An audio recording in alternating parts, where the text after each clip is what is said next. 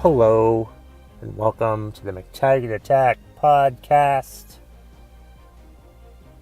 I'm Kevin McTaggart, and this episode will be called What the Fuck, Game of Thrones. That's right, what the fuck, Game of Thrones. If you can't tell, this is going to be an episode dedicated to Game of Thrones. I plan to do 6 of these for the next 6 weeks on a Monday afternoon, where I'm going to talk about what happened, or what will happen, what I think will happen, based on what I saw from the episode the night before. So that's exciting. I just thought I would try it. Hopefully people listen to it. If they don't, I really don't fucking care. Nope, don't fucking care if no one listens to it. I mean, I do care if you listen to it. So why don't we just get into all of that stuff? Well, I do want to talk about what happened in Game of Thrones. But first, we need to hear about our sponsors.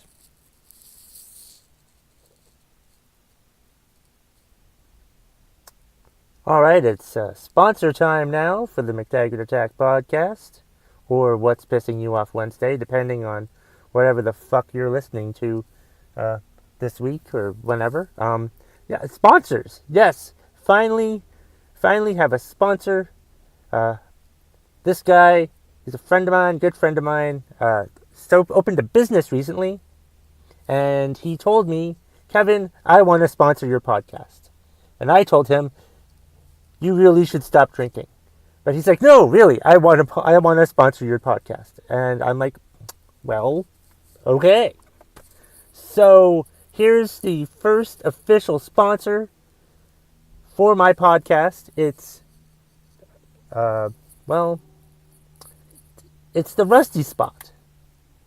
The Rusty Spot. That's right. No, it is not. It is not the worst. It is not the worst name for a strip club. It's not. That's not what it is. It's not a strip club. It's not the worst kind of thing for whenever you think of the Rusty Spot. No. This is a secondhand store owned by my good friend Rusty Peter Pardo, and he has a wide variety of items in there. He has a wide variety of items. He's got stuff from real army surplus to real Hawaiian shirts. What's a real Hawaiian shirt, you may ask? A Hawaiian shirt that's made in Hawaii. He doesn't have any of this Indonesian crap that claims to be a Hawaiian shirt. No, he has Hawaiian shirts that are actually made in Hawaii. He's also got, when I went in there a few weeks ago, he has something in there that I thought was a bulletproof vest for a baby.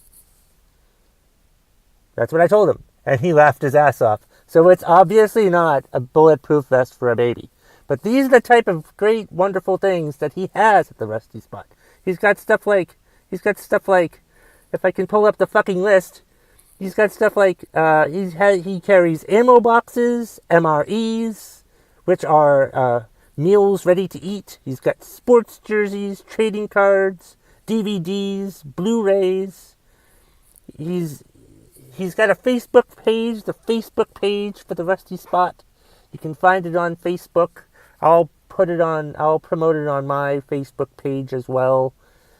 It's the Rusty Spot. It's deeper than you think.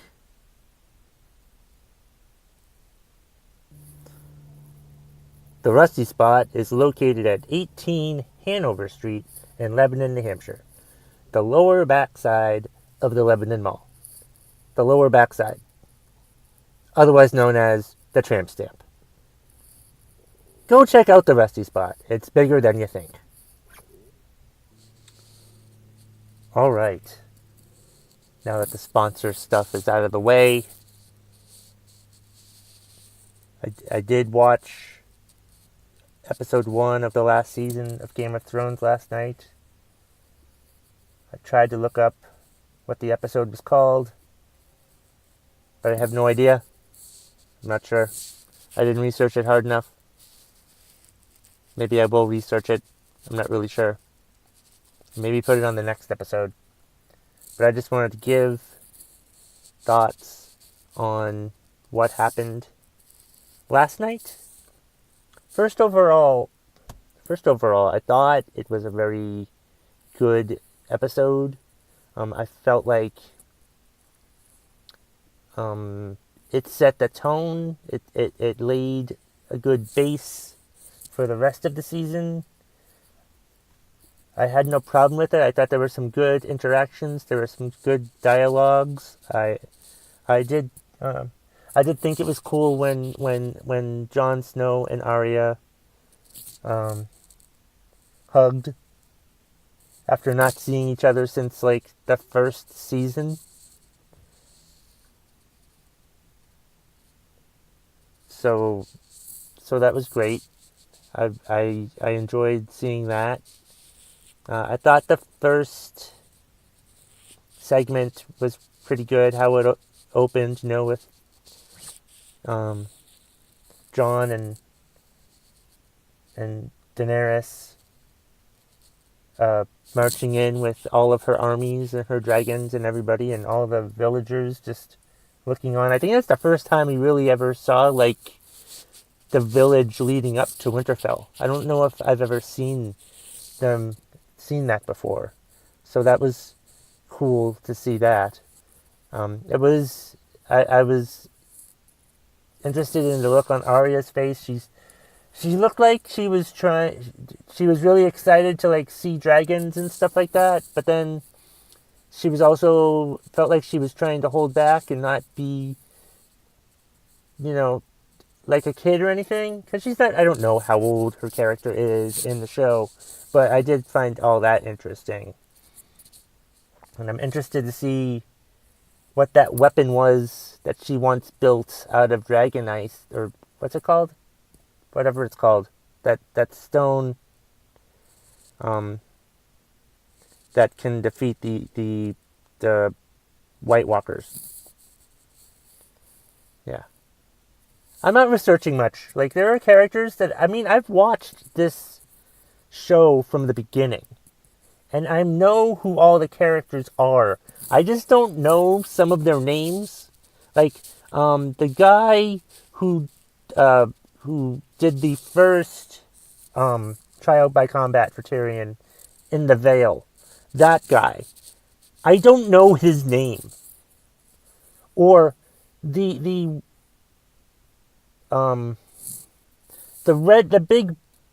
big guy with the red hair and the beard, the wildlings, the leader of the wildlings, basically, that guy, the one who's the Wyndham Wizard. I don't know his name either.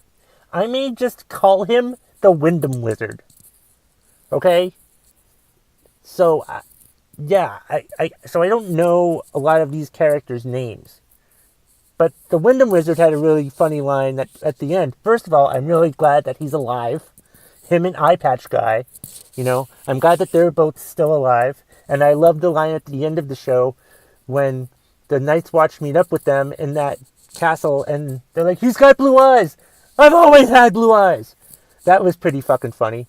Another line I thought was funny was the interaction between Tyrion and Varys when they were all marching into Winterfell, and what was it that Tyrion said? I think I wrote it down.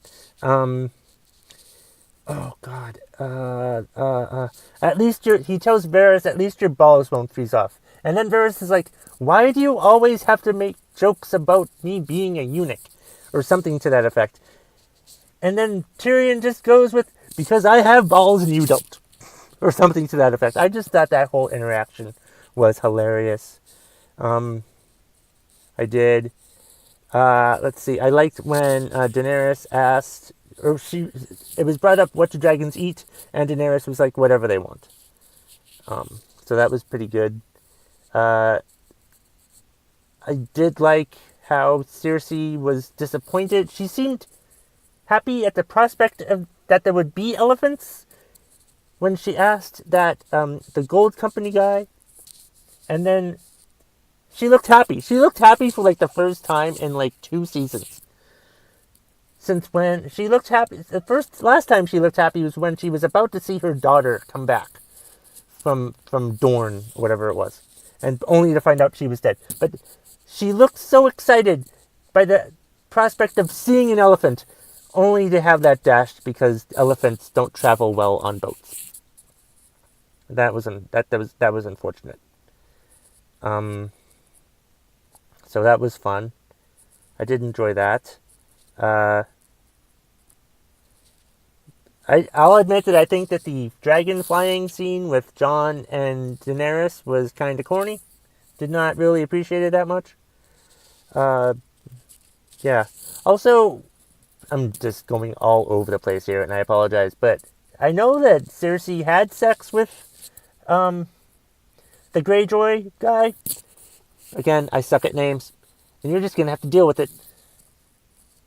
But I think she only enjoys having sex with people she's related to. Because besides Jaime, hasn't she only had, like, sex with a cousin? Because that's why she was imprisoned by the church, for having sex with a cousin. And Jaime. So, yeah. So that's interesting. Let's see, what else do I have here that I wanted to talk about? A few things. There were a few questions. I do think it was interesting that Jaime and Bran saw each other for the first time since the first episode of the first season. That was interesting.